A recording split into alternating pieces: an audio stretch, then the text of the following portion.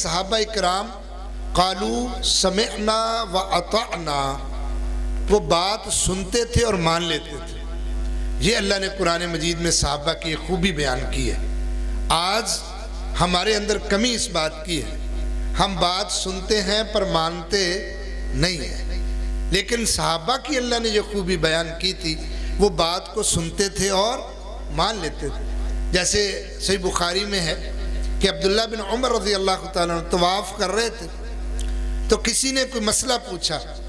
اس نے کہا کہ طواف کے ہر چکر میں رسول اللہ صلی اللہ علیہ وسلم حجر اسود کا استلام بوسہ وہ لیتے تھے۔ انہوں نے کہا اگر ہی کہنا تھا تو عبداللہ بن عمر اس کو کہنے لگے اجعل ارائیت بالیمن، یہ اگر مگر یمن میں رکھو، ہم یہ نہیں اگر مگر جانتے، ہم تو بات سنتے ہیں اور فوراً مان لیتے ہیں۔ اگر کوئی بات سن کے فوراً نبی کی بات کو پوری طرح سن کے عمل نہیں کرتا، ہم تو اس کو اپنے صحابہ میں شمار ہی نہیں کرتے۔ پھر صحیح مسلم کی وہ بات سمجھائی کہ دیکھو رسول اللہ صلی اللہ علیہ وسلم ایک دفعہ جا رہے تھے، ایک آدمی کھانا کھا رہا تھا اس بائیں ہاتھ سے، کھبے ہاتھ سے، جبکہ اسلام کا قانون ہے کل سم اللہ کہ بسم اللہ پڑھیے، کل بیمینک دائیں ہاتھ سے کھائیے، کل مما یلیک اپنے آگے سے کھائیے۔ یہ بندہ بائیں ہاتھ سے کھبے ہاتھ سے کھا رہے، جبکہ رسول اللہ صلی اللہ علیہ وسلم سجے ہاتھ سے دائیں ہاتھ سے کھانے کا کہہ رہے۔ آپ نے اس کو دیکھا تو فرمایا کل بیمینک دائیں ہاتھ سے کھاؤ بھئی۔ وہ کہتا ہے لا استطیع، میرے اندر طاقت نہیں ہے۔ صحابہ کہتے ہیں ما منعہ الا الکبر، یہ جو اس نے منع کیا تھا نا یہ تکبر کی وجہ سے کیا تھا، وہ کھا سکتا تھا۔ اب نبی کا حکم آئے اور وہ تکبر کر کے ایگو اور اپنے انا اور تکبر کی وجہ سے کہتے ہیں میں نہیں کھا نہیں سکتا۔ نبی صلی اللہ علیہ وسلم نے کہا لستطعت، نہیں طاقت تو نہ صحیح۔ بھی ایک بندے نے کہہ دیا میرے اندر دائیں ہاتھ سے کھانے کی طاقت ہی نہیں ہے، تو آپ نے فرمایا نہیں تو نہ صحیح۔ صحابہ کہتے ہیں چونکہ اس نے غلط کہا تھا، جھوٹ بولا تھا، تکبر کی وجہ سے کیا تھا، آپ نے فرمایا ساری زندگی پھر وہ یہ ہاتھ یہاں سے اٹھا کے منہ تک نہیں لے جا سکا تھا۔ کیوں؟ میرے نبی کی بات سن کے ماننا ہی ہے، بس انکار نہیں کرنا۔ وہ عبداللہ بن مسعود کی ابو داؤد شریف میں جو حدیث ہے کہ نبی صلی اللہ علیہ وسلم جمعے کے لیے ممبر پہ بیٹھے تو آپ نے کہا اجلسو بیٹھ جاؤ، فجلس ابن مسعود علی باب المسجد، عبداللہ بن مسعود وہ دروازے میں تھے وہیں بیٹھ گئے۔ اب اگر ان سے کسی نے پوچھا ہوتا کہ کیا آپ مسجد میں آ کے بیٹھنا چاہیے تھا، آپ وہاں کیوں بیٹھ گئے، تو یقیناً انہوں نے زبان حال سے تو یہی جواب دینا کہ میں نے ادھر سنا ادھر ہی بیٹھ گیا۔ آگے آ کے بیٹھتا تو ایک لمحہ نبی کی بات کو ماننے میں تاخیر ہو جاتی۔ صحابہ کرام کو جو عزتیں اور مقام ملے تھے اس کی وجہ پیچھے یہ تھی کہ وہ بات کو سنتے تھے اور پھر مانتے تھے۔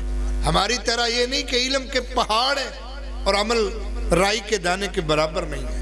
کتنی شریعتیں سن لیں، قرآن مجید پڑھ لیے، سن لیے، سمجھ لیے، لیکن عمل کوئی نہیں ہے۔ لیکن آج میں آپ تک یہ بات پہنچا کے جا رہا ہوں کہ صحابہ اکرام کو جو آسمان سے فرشتے اتر کے ہاتھ ملانا پسند کرتے تھے نا، وہ ایسے نہیں کرتے تھے، اس کے پیچھے ان کے عمل تھے۔ یہی عبداللہ بن مسعود ہیں، رسول کریم صلی اللہ علیہ وسلم نے فرمایا ایک دن، اور لوگوں تمہیں کیا پتا عبداللہ بن مسعود کی یہ جو پنڈلیاں ہیں روز قیامت احد پہاڑ سے زیادہ وزنی ہوں گی۔ اتنی عملی ایمان والی زندگی ہے۔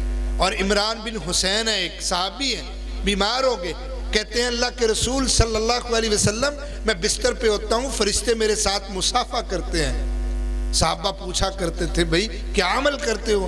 کہ فرشتے سلام لینے کے لیے تمہارے بستر پہ آتے ہیں۔ تو انہوں نے کہا زیادہ تو یاد نہیں ہے، لیکن اتنا یاد ہے جب سے میں نے اسلام قبول کیا ہے اور یہ ہاتھ جو دایاں ہاتھ تھا اس کو نبی کے ہاتھ پہ رکھ کے بیعت کی ہے، تب سے یہ ہاتھ میں نے شرمگاہ کو نہیں لگایا۔ یہ جو دایاں ہاتھ ہے میں نے شرمگاہ کو نہیں لگایا، شاید اسی وجہ سے فرشتے میرے ہاتھ کے ساتھ مصافحہ کرنا پسند کرتے ہیں۔ تو بات میں کر رہا تھا، آج آپ صحابہ اکرام کی محفل میں ان کے تذکرے سنیں گے، لیکن ان کے تذکرے میں ایک تذکرہ یہ ہے کہ ان کی زندگی عملی نمونہ قرآن کی تھی، پیغمبر کے فرامین کی عملی تصویر صحابہ اکرام کی زندگی تھی، اور ہمارے لیے بھی یہی ہے، عمل سے زندگی بنتی ہے، جنت بھی جہنم بھی، یہ خاکی اپنی فطرت میں نوری ہے نہ ناری ہے۔ قرآن مجید میں اللہ نے صحابہ اکرام کے تذکرے میں ایک بات یہ بھی کی ہے، وَيُطْعِمُونَ الطَّعَامَ عَلَىٰ حُبِّهِ مِسْكِينًا وَيَتِيمًا وَأَسِيرًا، ان کو کھانے کھلانے کی بڑی عادت تھی جو اللہ کو پسند ہے۔ قرآن مجید میں اللہ فرماتے ہیں جو جہنمی ہوں گے نا، جہنمی فی جنت یتساءلون عن المجرمین ما سلککم فی سقر قالوا لم نک من المصلین ولم نک نطعم المسکین، جنتی جب جہنمیوں سے پوچھیں گے نا جہنم میں کیوں آئے تو بتائیں گے ہم نمازی نہیں تھے، ہم لوگوں کو کھانے نہیں کھلاتے تھے، اس وجہ سے آج جہنم میں آج پڑے ہوئے ہیں۔ صحابہ اکرام جنت میں جنت کے سرٹیفکیٹ لے کے بیٹھے ہیں، رضی اللہ عنہم ورضوا عنہ کے سرٹیفکیٹ ہیں ان کے پاس، اس کی پیچھے یہ تھی ان کو کھانے کھلانے کی عادتیں تھیں، یہ ان کی خوبیاں تھی۔ حدیث میں آتا ہے حضرت انس فرماتے ہیں میری والدہ نے محسوس کیا کہ آج رسول اللہ صلی اللہ علیہ وسلم کے گھر میں کھانے کے لیے کچھ نہیں ہے، تو آئیں، آپ کی رشتہ دار تھی ام سلیم، گھر میں کچھ پنیر بنایا، اس کو ایک برتن پیالے میں ڈالا، اس کو ڈھانپا، انس کو دیا جو رسول اللہ صلی اللہ علیہ وسلم کے خادم ہیں رضی اللہ تعالیٰ عنہ، جو خادم ہیں اور بچے ہیں، چھوٹی 10 سال کی عمر تھی جب رسول اللہ صلی اللہ علیہ وسلم مدینے میں آئے، جب آپ دنیا سے گئے 20 سال کی عمر تھی، بچپنا سارا گزرا۔ کہتے ہیں رسول اللہ صلی اللہ علیہ وسلم کے پاس میری والدہ محترمہ نے بھیجا اور کہا اس کو ڈھانپ کے چادر میں لے جا، آپ جہاں ہوں اس وقت آپ کو دینا جب اب اکیلے ہوں، کسی کو پتہ نہ چلے، چونکہ تھوڑا سا ہے، کسی کو پتہ چل گیا آپ بھی بھوکے رہ جائیں گے، آپ کو تو یہ آپ کی تو عادت مبارکہ ہے، آپ اکیلے نہیں کھائیں گے، آپ بانٹ دیں گے تو پھر آپ کیا کھائیں گے۔ کہتے ہیں میں پیچھے پیچھے مسجد میں رسول اللہ صلی اللہ علیہ وسلم کے کہ جب آپ تھوڑے سے تنہا ہوں تو پیش کروں کہ والدہ محترمہ نے یہ کھانا آپ کے لیے بھیجا، آپ نے محسوس کر لیا، کہا انس کیا ہے، کیوں چھپ چھپ کے آگے پیچھے ہوتے ہو، کہا یہ معاملہ ہے، فرمایا ادھر رکھو، دسترخوان بچھاؤ، بسم اللہ پڑھو، سب مل کے کھاتے ہیں، اللہ برکتیں نازل کر دے گا۔ کہتے ہیں اس دن کو 300 لوگوں نے اس دسترخوان سے وہ ایک پیالے کا کھانا کھا لیا تھا، اللہ نے اتنی برکتیں نازل کر دی تھی۔ ابو ہریرہ رضی اللہ تعالیٰ عنہ کو واقعہ بھی صحیح مسلم میں موجود ہے، وہ کہتے ہیں ایک دن بھوک نے بڑا ستایا تھا، تو وہ مدرسہ نبوت کا ایک شاگرد، کوئی اپنا علاقہ بھی نہیں تھا ابو ہریرہ کا، وہ یمن کے باسی تھے، دوس قبیلے کے رہنے والے تھے۔ ابو ہریرہ رضی اللہ تعالیٰ عنہ کہتے ہیں میں تو وہ بہت علاقے کا غیر کا بندہ تھا، یہاں مدرسہ نبوت میں پڑھتا، مسجد نبی میں رہتا، کھاتا پیتا جو مل جاتا اصحاب صفہ سے، تو ایک دن بھوک نے اتنا ستایا، اب خوددار ہوں، مانگ بھی کسی سے نہیں سکتا، تو میں راستے میں کھڑا تھا، جناب ابوبکر صدیق رضی اللہ تعالیٰ عنہ گزرے، تو میں نے انہیں کہا یار ٹھہرو، ایک قرآن کی آیت ہے اس کا مطلب پوچھنا ہے، کہا پوچھئے، کہا قرآن مجید میں آتا ہے وَيُطْعِمُونَ الطَّعَامَ عَلَىٰ حُبِّهِ مِسْكِينًا وَيَتِيمًا وَعَسِيرًا، اس کا معنی تو بتلائیے۔ اس نے کہا اس کا معنی یہ ہے کہ کچھ اللہ والے لوگ ہیں جو مسکینوں کو کھانا کھلانا پسند کرتے ہیں اللہ کی محبت میں، بس اتنی بات کی وہ چلے گئے۔ اتنے میں رسول اللہ صلی اللہ علیہ وسلم پیچھے سے آئے، آپ صلی اللہ علیہ وسلم سے بھی یہی مسئلہ پوچھا، اب بات تو اصل میں یہ تھی کہ بھوک لگی ہوئی تھی تو کھانے کے مسئلے پوچھ رہے تھے۔ رسول اللہ صلی اللہ علیہ وسلم نے بازو پکڑا، مسکراتے ہوئے گھر میں آ گئے، آپ نے اپنے اہل خانہ سے پوچھا کچھ کھانے کے لیے، کہا یہ ہدیہ آیا ہے، آپ کے گھر میں صدقہ نہیں جاتا تھا، تحفہ جاتا تھا، کہا یہ ہدیہ ایک پیالہ دودھ کا آیا ہے۔ آپ صلی اللہ علیہ وسلم نے پکڑا، دیکھا ایک پیالہ کتنا کا پیالہ ہوگا، پیالہ ہی تھا نا آخر، وہ کلو کا ہوگا، آدھا کلو کا ہوگا، کوئی 10 کلو کا تو تھا نہیں پیالہ۔ کہتے ہیں ابو ہریرہ رضی اللہ تعالیٰ رسول اللہ صلی اللہ علیہ وسلم نے رکھا، فرمایا ابو ہریرہ رضی اللہ تعالیٰ جاؤ مسجد میں جو اصحاب صفہ صحابہ اکرام جو دور دراز سے علاقے مسجد میں ایمان کے بعد کچھ تعلیم و تربیت لے رہے تھے، کہا جا کے بلا کے لاؤ، دودھ کا پیالہ اللہ نے دیا ہے، مل کے پیتے ہیں۔ ابو ہریرہ رضی اللہ تعالیٰ کہتے ہیں میرے دل میں خیال آیا پیالہ ایک ہے، پہلے بھوک سے تڑپ رہا ہوں، مسئلے پوچھ رہا ہوں، اب ان کو بلا لیا ہے، میرے لیے کیا بچے گا؟ کہتے ہیں نہیں، اللہ نے نبی علیہ السلام کے ہاتھوں میں معجزے رکھے تھے، رب نے قدرت کے کرشمے، وہ رب جس نے نبی علیہ السلام کے ہاتھوں میں انگلیوں سے چشمے جاری کر دیے تھے، وہ رب ایک پیالے کو بھی تو 300 لوگوں کے لیے کافی کر سکتا ہے نا۔ کہتے ہیں میں بلا کے لایا، کچھ 70 کے قریب لوگ تھے، مجھے کہا ان کو پلاؤ، میں نے دیا، وہ بسم اللہ پڑھ کے پیتے چلے گئے، سارے پی کے ختم ہو گئے لیکن پیالہ ویسے کا ویسے ہی تھا۔ کہتے ہیں پھر رسول اللہ صلی اللہ علیہ وسلم نے مجھے کہا پیو، کہتے ہیں میں نے بسم اللہ پڑھی اور پینا شروع کر دیا، میں نے پیٹ بھر کے پیا حتیٰ کہ میں بالکل سیر ہو گیا۔ پھر رسول اللہ صلی اللہ علیہ وسلم نے مجھے بار بار کہا، جب میں نے کہا بس، پھر رسول اللہ صلی اللہ علیہ وسلم نے خود بسم اللہ پڑھی اور اس پیالے سے پیا۔ اور کہتے ہیں مجھے اس دن پتہ چلا کہ رسول کریم صلی اللہ علیہ وسلم نبض شناس بھی تھے، کہ میں نے قرآن مجید کی آیت کھانے والی پوچھی، آپ سمجھ گئے اس کو بھوک لگی ہے، اور رسول اللہ صلی اللہ علیہ وسلم نے ایک پیالے کو لے کے یہ نہیں کہا میں اور ابو ہریرہ پی لیتے ہیں، بلکہ آپ نے فرمایا اللہ نے مجھے خیر دی ہے، اس خیر کے اندر ہم سارے شامل ہوتے ہیں۔ یہ ہیں وہ صحابہ اکرام، وَيُطْعِمُونَ الطَّعَامَ عَلَىٰ حُبِّهِ مسکین و یتیم و اسیرہ، اللہ نے جن کی خوبیاں یہ بیان کی ہیں۔ تو میں بات کر رہا تھا کہ اللہ تعالیٰ نے ان لوگوں کی خوبیاں قرآن مجید میں ان کے عملوں کے حساب سے بیان کی ہیں۔ اب دیکھیں نبی صلی اللہ علیہ وسلم کو وہ مہمان جو رات گھر میں آیا تھا، مسجد میں مہمان آیا، آپ نے فرمایا بھی اس مہمان کو کوئی کھانا کھلائے۔ ابھی تو رواج ہی ختم ہو گیا ہے، پہلے ہمارے ہاں بھی ایسا ہی ہوتا تھا کہ مسجد میں مولوی صاحب کے پاس کوئی مہمان آیا تو وہ کسی نمازی کو کہتے بھئی اس کو کھانا کھلا دے، اگر ان کے پاس وسعت ہوتی تو ٹھیک، ورنہ وہ کہتے مولوی صاحب کہتے کہ مہمان آیا، کوئی ساتھ لے جاتا، کھانا کھلاتا، بستر دیتا، رات اللہ کے گھر کا مہمان اس کی خدمت سیوا ہوتی۔ رسول اللہ صلی اللہ علیہ وسلم کے ہاں مسجد نبوی میں بھی ایسے ہی تھا کہ کوئی آتا، لوگ روز دار اسلام میں داخل ہوتے، نئے نئے مسلمان ہوتے، تو ایک ہی بندہ تو اس کی سرپرستی نہیں کر سکتا۔ آپ نے گھر میں پیغام بھیجا، کچھ کھانے کے لیے نہیں تھا، آپ نے فرمایا آج کون مہمان نوازی کرے گا اس کی؟ تو جناب ابو طلحہ رضی اللہ تعالیٰ انہوں نے ہاتھ پکڑا اور مہمان کو گھر لے گئے۔ اب رات کا وقت تھا، آپ نے یہ واقعہ بڑا سنا، میں صرف اشارہ کرنے لگا ہوں۔ گھر میں گئے تو بیوی سے پوچھا کھانے کے لیے، انہوں نے کہا بچوں کے لیے تھوڑا سا ہے، باقی تو کھانا نہیں ہے۔ اس نے کہا مہمان کو کھلاتے ہیں، بچوں کو ویسے ہی بہانے کے ساتھ سلا دے، مہمان کے لیے کھانا رکھنا ہے اور میں ساتھ بیٹھوں گا، اور پھر وہ جو دیا، وہ لائٹن، وہ موم بتی جو جل رہی ہے نا، کھانا رکھتے ہی اس کو صحیح کرنے کے بہانے بجھا بھی دینا، میں ایسے ہی منہ ہلاتا رہوں گا، پچاکے مارتا رہوں گا، اور مہمان پیٹ بھر کے کھانا کھا لے گا۔ اور ایسے ہی ہوا، مہمان نے پیٹ بھر کے کھانا کھا لیا، وہ منہ ہلاتے رہے، اندھیرا ہو گیا، چراغ بجھا دیا۔ اللہ اکبر، رات میں مان سو گیا۔ جب فجر کی نماز میں ابو طلحہ رضی اللہ تعالیٰ عنہ آئے نا، اللہ اکبر، نبی صلی اللہ علیہ وسلم نے دیکھ کے مسکرانا شروع کر دیا۔ نعرہ تکبیر، جزاک اللہ، نعرہ تکبیر، جزاک اللہ، شان صحابہ، شان صحابہ، زندہ باد مولانا غلام اللہ صاحب، جزاک امیر اللہ، مرکزی جمعیت ناظم اعلیٰ پنجاب مرکزی جمعیت اہل حدیث ماشاء اللہ، مولانا غلام اللہ صاحب۔ اہلاً سہلاً مرحبا، شیخ محترم تفضل۔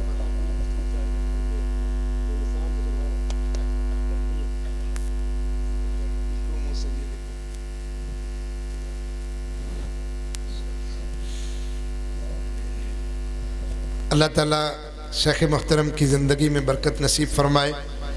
آپ کی آمد ہمارے لیے بے حد خوشی کا سبب ہے۔ آپ پورے علاقے میں جماعت کی سرپرستی کرتے ہیں، علماء کی سرپرستی کرتے ہیں۔ اللہ تعالیٰ ان کی صحت اور عمر میں برکتیں دے اور ان سے زیادہ کام لے، اور اللہ تعالیٰ ان کی اولاد کو ان کا سچا جانشین بنائے۔ میں بات کر رہا تھا کہ اللہ تعالیٰ نے قرآن مجید میں صحابہ اکرام کی جو خوبیاں بیان کی ہیں، ان میں ایک خوبی یہ ہے کہ وہ اپنے سے زیادہ دوسروں کا خیال رکھتے تھے۔ صحابہ اکرام کی خوبیوں میں ایک خوبی یہ ہے کہ وہ اپنے سے زیادہ دوسروں کا خیال رکھتے تھے۔ ابو طلحہ رضی اللہ تعالیٰ عنہ وہ رات کے اندھیرے کے اندر کھانا کھلاتے ہیں مہمان کو۔ جناب تشریف لائیں جی، مہمان تشریف لا چکے ہیں، اہلاً سہلاً مرحبا۔ نعرہ تکبیر، نعرہ تکبیر، قاری منشا قادری صاحب، مولانا سیف اللہ صاحب۔ جزاک اللہ خیرہ، تفضل۔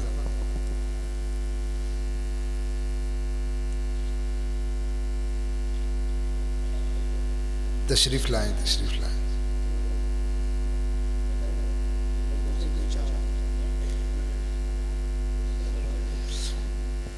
کرسی کوئی مہمان نواز لاؤ.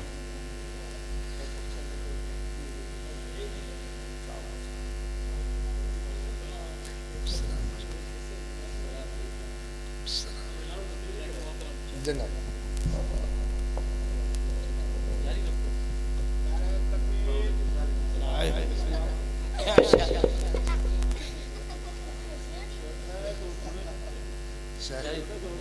کرسی آ گئی.